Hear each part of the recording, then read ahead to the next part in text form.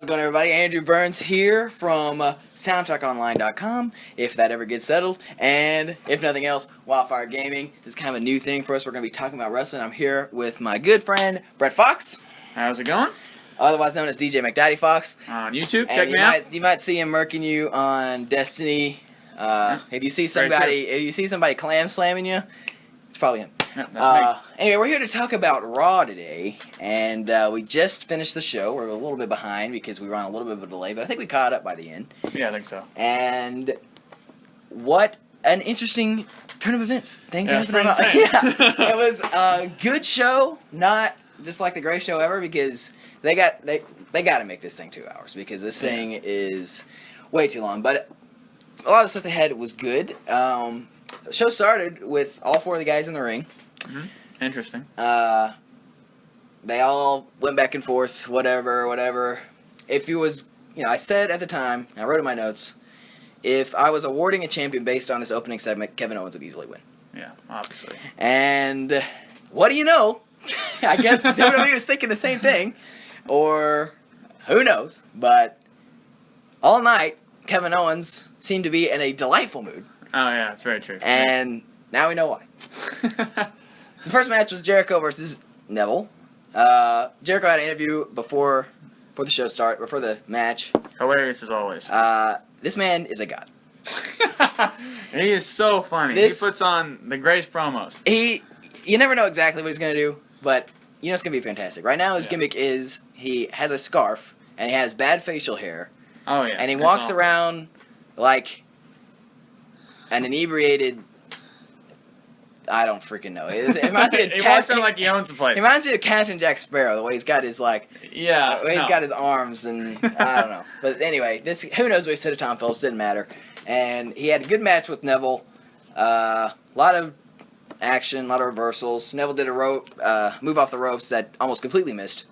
Yeah, it was bad. It was a close one. But it was a pretty decent match. Yeah, other than that, it was good. My rating was 3 stars.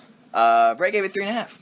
So yeah, I like Chris Jericho's acting is just great. Yeah, he's real funny throughout the match. He's doing little jokes here and there. Ask him. Yeah, it kind of just makes the match. Doing his Jericho thing. I thought it was a pretty interesting match. It was one of those matches where I wasn't really sure who was gonna win, but they went with Jericho, and that's fine. Jericho. Yeah. It's interesting because Jericho, whenever he came back years past, he just kind of put everybody over. Yeah. But lately, Jericho, he's on a bit of a win streak. Yeah, he's kind of getting a little push there. So, who knows where they go from him. Which he needs. He does need a little push. He did put over Roman Reigns last week in that match, but whatever. So, next we have Bayley backstage with the New Day. Oh.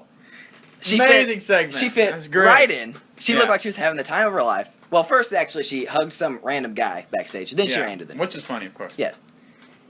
So she's back to kind of her roots, the gimmick that she had when she first started in NXT, and she was hugging everybody. Yeah, and it's a great gimmick. It's hilarious. It's just New Day was fantastic here. Bayley was fantastic here. Then Dana Brooke walks in. Oh, okay. Then the whole segment goes downhill. Dana Brooke, she's a joke, but she's not a good joke. No, it's so awful. This girl, I don't know. It's like when you're in public and your dad tries to tell you a funny joke, but it's just so stupid. Well, I can certainly relate to that. I don't know what to do with this girl. She just they put her on the main roster because they needed women on the main roster. But I'm glad that I'm kind of glad she's not on NXT because she'd bring that roster down too. Ugh. Every time she opens her mouth, it's just like this woman will never be a face. No, let's be honest. She's kind of had to be a heel her whole career. Anyway. Next, they showed that Ms. Ziggler KFC segment, which I had seen before, but Bret had not seen it. I had not seen it, and it made my day. It was so funny. It's funny because most people hate this segment. It's just so funny because I didn't even realize it at first. I just thought it was a KFC commercial. Well, it was.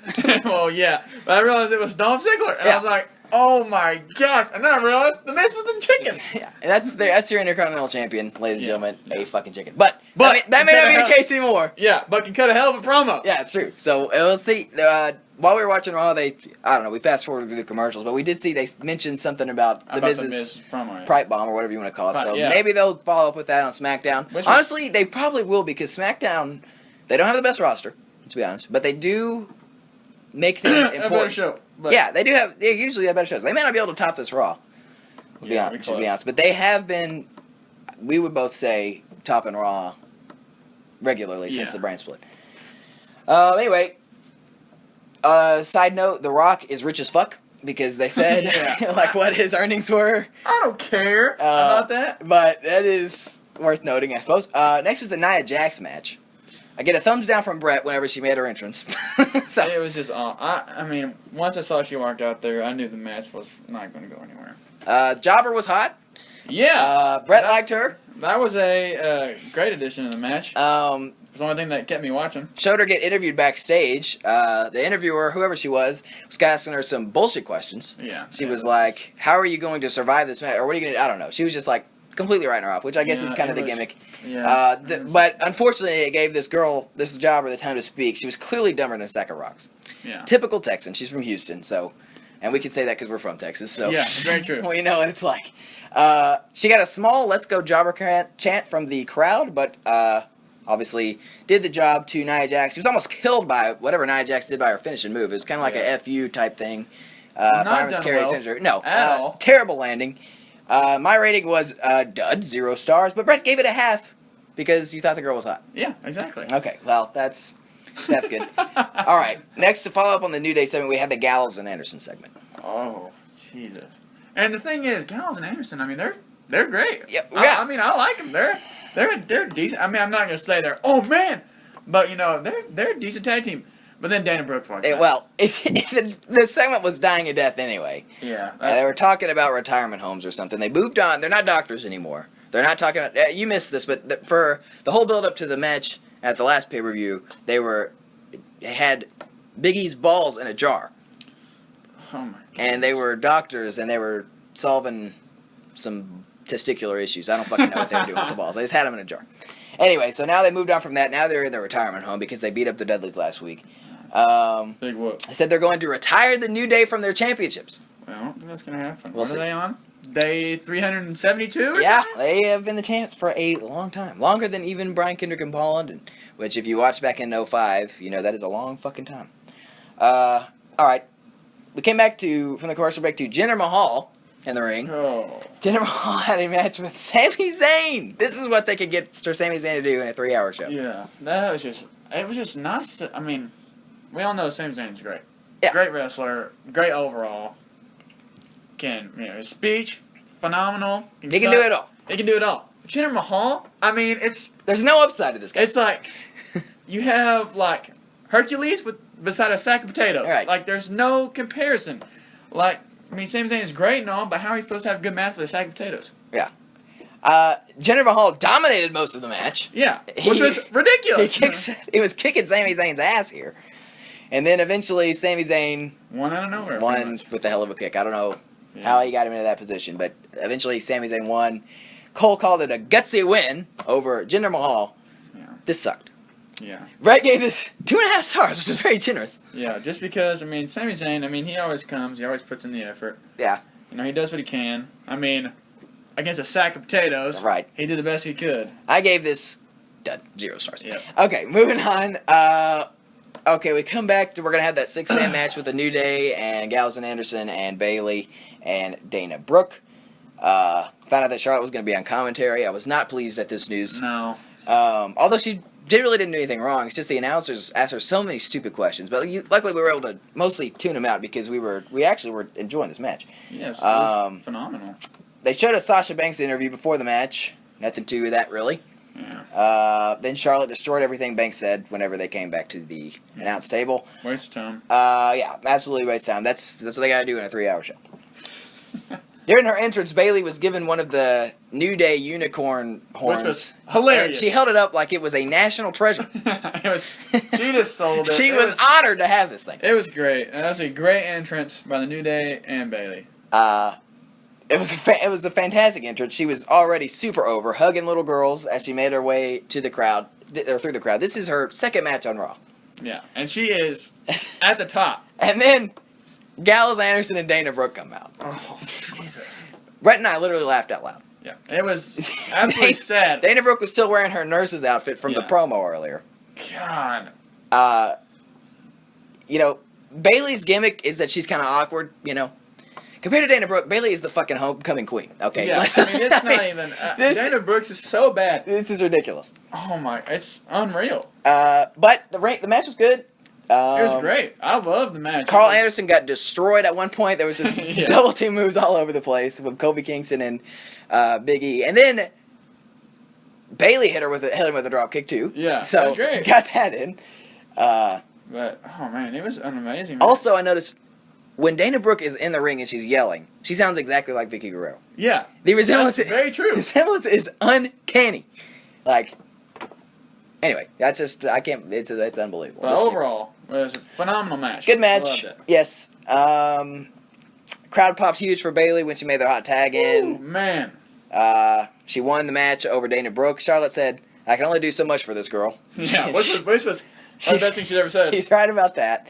That's true. At this time, this was the match of the night so far. But of course, it got taken down by the main event. But I gave it 3 stars. Bret gave it 4 stars. Yeah, I thought it was great. Yeah, I love the whole. New Days is at the top right now, and they just grabbed Bayley and threw her up there with them. Yeah, it was great. It was a good merge between these people. Yeah, I had a Cesaro interview with that idiot Tom Phillips backstage. Bret hates this guy. I don't know. I don't know. Whenever he talks, it's just like I hate him just as much as you do, if not more. He's an announcer on NXT, and it drives me insane. Oh, that's not good. Cesaro, I love how Cesaro keeps reminding everybody that this Best of 7 series is for a title opportunity because he doesn't want people to forget about that. Yeah, which is important. There is something because I didn't know. Yeah, this isn't all for nothing. So that's what it seems like, honestly. Right? Yeah, it really does. So then we have a big cast montage for the main event. They had a Seth Rollins montage earlier, but I fast forwarded through it. Big cast montage, not a whole lot to it. Sheamus versus Cesaro. I gotta say, when Sheamus made his entrance, he came to the ring, and Byron Saxton was going to interview him, and he cut him right off. So, Sheamus turned face in my eyes right there. And he cut a good little promo, and then they had the match. At one point, Sheamus' leg got caught on the top rope after a drop kick. That looked rough, but then right after that, Cesaro got thrown into their big-ass post. I don't know why they made their post like 3 times bigger than they used to. Yeah. I noticed this is SummerSlam, but I guess they're going to keep that. And Sheamus won immediately after, took the crowd completely out of it. But leading up to that, I thought the match was good. I gave it 3 stars. Bret gave it 2. I just thought, I don't know. Bret didn't like the ending. I mean, of course. I think, Sheamus is going to lose overall. Well, he should. But, obviously Cesaro is better than Sheamus. I couldn't, I kept telling you this. I kept seeing Big Cass in that match in the main event. And Big Cass is great. And he's very over with the crowd. He's great. But every time I saw him, I couldn't help but wish it was Cesaro. Yeah. Especially when he got eliminated so early. Anyway, we'll get back to that later. Also, I noticed when Sheamus or Cesaro, one of them, was walking up the stage, you could see the screen, and they're plugging the Backlash pay-per-view, which is a SmackDown pay-per-view. And that doesn't make any sense. Odd. But whatever. Got a Mr. Fuji package. He died, I guess, yesterday. I'm not for sure. But, it might have been today. It was a good package. I knew who Mr. Fuji was. I knew he was a manager for Yokozuna. That's kind of what he's most famous for. But had 5 tag team championship reigns or whatever. Yeah, I'm sure he was in the business for a long time. I've watched a couple Bret Hart matches myself, and there's that one where where I really thought Bret Hart was going to win, hands down. There was no chance of changing my mind, and then all of a sudden he throws the salt in his face. And I just nailed it. Yeah, it was great. But some of those ones you can see he misses. In the promo, shows him facing Bruno Sammartino. Bruno's got him from behind in the German suplex position. He throws salt, and Bruno sells the shit out of it, but it misses him by at least a foot. Yeah, he it's not even close. Because he's in front of him, so he throws it behind him. Yeah, and it just goes right over his head. Yeah. But he still sells it great. Yeah, but whatever. Anyway, Mr. Fuji, God bless him. Whatever. Yeah. Then they get the Kevin Owens montage, which means they saved the Reigns package for last. What a joke. And then we return to the ring to Mr. Americano, who's about to have a match with Braun Strowman. Okay, well, but before we get in this horrendous match, Americano.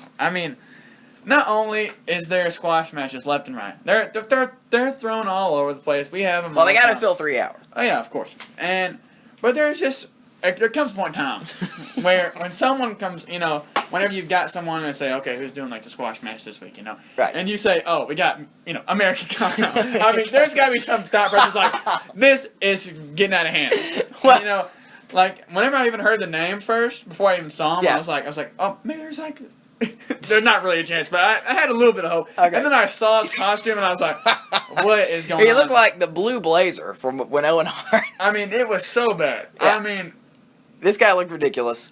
I looked at this guy and said, clearly this guy has more star potential than Braun Strowman. But that's just me.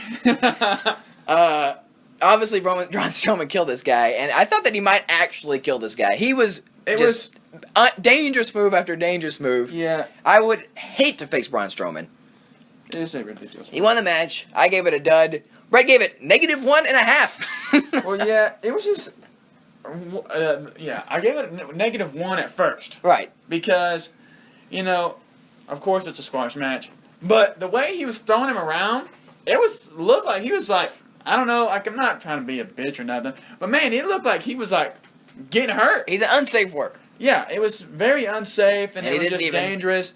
And that's not what WWE should be about. And there shouldn't be that kind of stuff being thrown around and stuff like that. And then, I got up and I was a little mad. And then I looked back. And he ripped off his mask. He did. So extra -1/2 on top of that. That's just like you're going into Alberto Del Rio territory when you go on. That's a man that knows something about ripping off masks. It's ridiculous. Yeah. So it was what it was. Next, we saw a montage of the cruiserweights coming to Raw in 3 weeks. So that's which is excellent. And they showed Gargano and Ciampa, which are great. Expected, and Cedric Alexander, Cedric Alexander, I like Cedric Alexander anyway. But then when he had that match with Kota Ibushi, obviously. Oh, yeah. Yeah. What? 5-star match, in my opinion. Yeah, 5-star match. He's going to be on the 5-star list. Amazing match. Yeah, it was one of the best matches I've ever seen. In my top 10. In my top 10 favorite matches. Yeah, it's top there. It was so good. Triple H came out there at the end. Right, it was very emotional. Kota Ibushi is he's one of my number 1 picks. Yeah, Bret loves this guy. I mean, there's so much potential. I don't know if they're going to hire Kota Ibushi to be on Raw, because I know that they want, in a conference call, Dave Meltzer asked Triple H, whether they were going to hire guys like Kota Ibushi, and he said that he was only interested in people that were going to be there full time. So I guess it just depends on whether Kota Ibushi wants to be there full time or not. But regardless, Cedric Alexander, he's coming. That's great. Which is amazing. Congratulations for him. So next we have Stephanie on the way to the ring. Oh, Lord. I'm filled with dread every time I see this woman come out. I mean, she's no Dana Brooke or nothing. That's true. But it's kind of close. Every time she comes out, all she does is just bury somebody so that she can look more powerful. Yeah, which is awesome. This week it was Paul Heyman. But they kind of got the best of her. Yeah, they talked for 10 minutes. Paul Heyman threw some money at her. Waste of time. There was no point to this segment. I was thinking, a match was going to get made, or, Paul Heyman was going to, disrespect her, to the max, and then there was going to be, I don't know. I thought Brock Lesnar may come out, or... Well, that definitely wasn't happening. Or, I don't know. But the point is, nothing really happened. Nothing happened. There was no... Bret was quietly watching this segment, and I was watching it. I was paying attention. He's sitting in front of me. The segment ends, he turns around and says, what was the point of that? There's no point. And I had no answer. Just ridiculous. And sometimes things go from bad to worse, because next here comes Titus O'Neil. Oh, so bad. I tell Bret this, Titus O'Neil might be the worst person on this roster. I don't know, man. I could be wrong, because this roster does have Dana Brooke. I know, that's rock bottom. This roster does have Alicia Fox, who has not been on the show since they drafted the rosters. I didn't even think about that. That's ridiculous. But Titus O'Neil, after that promo that he gave last week, which Bret did not see, but if you're listening to this and you watch it, you know what I'm talking about. It was one of the worst promos I've ever heard in my life. This guy was dying of death out there. Couldn't be worse than the Kalisto. And so tonight he's going to face Darren Young. Again. This is the reason SmackDown is better than Raw. Because SmackDown does not have pointless segments like this. Because they've only had 2 hours, they got to fill it with stuff that matters. Even though they have a shitty roster, they've got that women's division is not the strongest. But when they're out there, something that actually matters is going to happen. At least so far. That would not be how I would describe this match. This match was so bad. I told Bret, I think this is the worst match I've seen on Raw in years. Oh, it was so bad.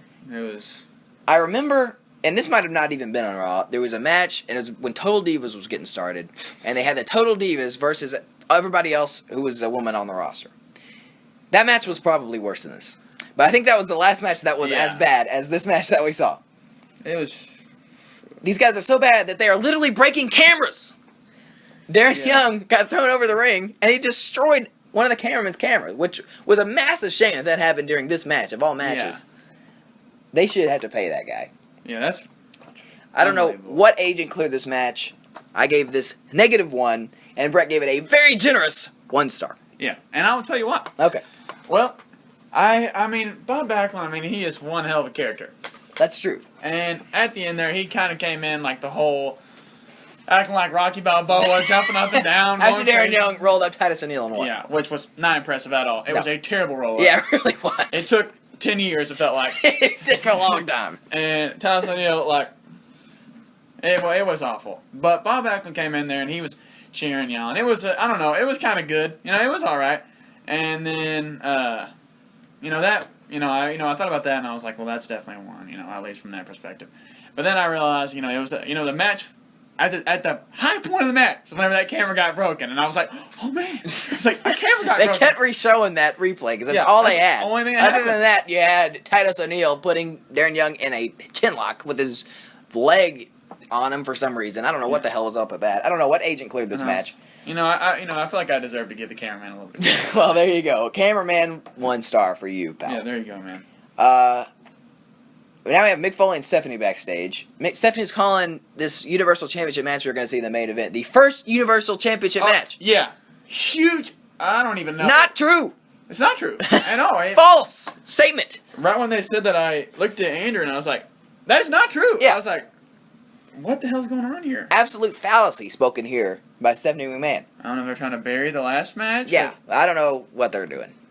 Either way, we all know Finn Balor was the original. That was bullshit, and if that wasn't, that Vince said they needed to say that, then... That's horseshit. This man, well, whatever. Alright, next was the Fatal 4-Way Universal Championship match. Which we thought was just a traditional Fatal 4-Way, but apparently was an elimination. We did not. I'd never heard it. Yeah. Throughout the entire show. I never heard it was an elimination. Maybe we just weren't paying super close attention, but I never heard them mention that this was going to be an elimination match. Roman Reigns was the only heel. Oh, yeah. Kevin Owens was cheered. Rollins was cheered. Big Cass got the biggest ovation of them all. Yeah, that was amazing. I thought that was insane. I thought Kevin Owens was definitely going to have the biggest one, but Big Cass, man. Big Cass was the most over on the show. Oh, yeah. His big boot over the ropes to Reigns was great. I jumped out of my seat. That was great. That was awesome. The rest of it, though, with Big Cass, he did his thing. Yeah, he did his thing. And he was definitely disappointed that he was out of the match so early. Yeah, he was eliminated. And the crowd popped huge because Kevin Owens did the elimination. And they thought he won. Because they also did not know this was an elimination match. That was a crazy pop, just for someone getting eliminated. Yeah, and then they realized it, and they booed. Yeah. Because they were sad that Big Cass was eliminated first. No, I definitely think. That's where that match went. I think Cash probably should have stayed in for a little longer. Well, it did get awfully good after his exit. That's very true. At one point, Kevin Owens used Cactus Jack's old finisher where he took the elbow to the outside. Mick Foley signed the Bang Bang. Announcers completely ignored this. They didn't. They didn't get the reference, or they didn't care. Or they weren't even paying attention. Yeah, that's most likely. They're probably talking to Byron Saxton about something stupid. No, yeah, I guarantee they were like, but hey, on Backlash. At one point during this match, Michael Cole said, "Incredible action!" And everybody was literally laying on the ground. Yeah. At one point, Roman went crazy. He was destroying everybody. He took a cannonball, got right back up, and hit him with a Superman punch. Which was ridiculous. This is why people hate Roman Reigns. Didn't sell it, nothing. It was like... He was unaffected first, at all. First he hit Roman Reigns, then he hit Seth Rollins. Seth Rollins was dead for minutes after taking this dangerous move, and Roman Reigns was up in about 2 seconds. Ridiculous. He's one of the... I was thinking, this match is excellent because the fans and us want so badly for Roman to lose. Yeah, that's the reason why he gets a pop. So we were so into it. And I was like, Roman Reigns is one of the best heels I've ever seen. He's one of the greatest heels in the history of the WWE. He didn't even try. And he hadn't even been a heel yet. He didn't even try. Golly. And speaking of the biggest heels, the new biggest face in the WWE is not Finn Balor. It's not Big Cass. His name is Triple H. I know. Oh my god. Yes, he came in and pedigreed Roman Reigns to a monstrous ovation. The best part was how the camera was set up. It had just, Roman Reigns and, Seth Rollins in it. And there was no other, you couldn't see him, coming down there, or, coming around. He just immediately appeared in the camera. Yeah. And he nailed Roman Reigns. Seth Rollins pinned him. Amazing. He's in the ring with Kevin Owens and Seth Rollins. He throws Kevin Owens in the ring first. Then he's in the ring with him. And we're like... Bret's like, he's about to screw Kevin Owens, and I call it. I said, he's about to turn on Seth Rollins. I was like, there's no way. He does. Pedigrees the hell out of this man. And Kevin Owens, he's just... But it's just a look on Kevin Owens' face. He's shocked by this. And then he realizes, I'm about to win the championship. And even if you paid close attention when he's pinning him, you can see he's looking at Triple H the entire time. Yeah. And he's just in shock. Yeah. He sold the hell out of this. Even whenever that 3 count hits, he's just still standing there. Kevin Owens, I guarantee you, had one of the greatest moments of his life. He's got the championship. He's holding it up. The crowd's chanting, "You deserve it," as the show goes off the air. Yeah. Which is, he's crying. Yeah. Shedding some tears. Excellent way to end the show. I mean, I'm sure that there will be some critics saying that this was all about Triple H, which is a valid point. But no, you gotta say, it was such a swerve. I mean, me and Bret were literally running around the room, so excited. I couldn't believe it, man. About it this. was insane. And with that in mind, we couldn't give it anything less than 4.5. Yeah, I got up and I said, "That's 4.5." And Andrew looked at me and goes, "Yes, hey." Yeah. Because it was such a shocking turn of events. I have no idea where they're going to go from here. Because Roman Reigns and Seth Rollins both are pissed at Triple H now. So I don't know if that means they're going to put them together again. You know what would be really great? Maybe they're going to have a triple threat. I don't know. Yeah, I mean, yeah, that's very true. But on another subject, I mean, Big Cass, he didn't get screwed at all. He lost. Yeah, he just lost clean. Which was, I don't know. I kind of thought that was a little out there. That was kind of a little odd in the match. Yeah. But, man, I mean, technically he beat Rusev. Now, yeah, it was by count out. Yeah. But still, I mean, that's he's true. the United States champion. They could put him in a program with Rusev if they keep... I mean, Roman Reigns just got screwed by Triple H, so it seems like he's going to be going into a program with him. Yeah. But then Seth Rollins also got screwed by him. I don't know. One thing they accomplished is they got people talking. I'm sure this was many people were shocked by this. I did not think Roman Reigns was going to be, or Kevin Owens rather, was going to be the champion going into this episode of Raw. Oh, no. He's the champion now. I think it's a pretty good move. It's great. It'll be interesting to see what they do. It'll be interesting to see who he faces for the championship first. Who knows? There's a lot of questions, which is a good thing when you end a show because that means people are going to need to tune in next week. Oh, yeah, of course. So that was Raw, everybody. SmackDown tomorrow. We'll be back, and we'll see how they do. It's going to be tough for them to top this show. Yeah. But, that was amazing. Good show overall.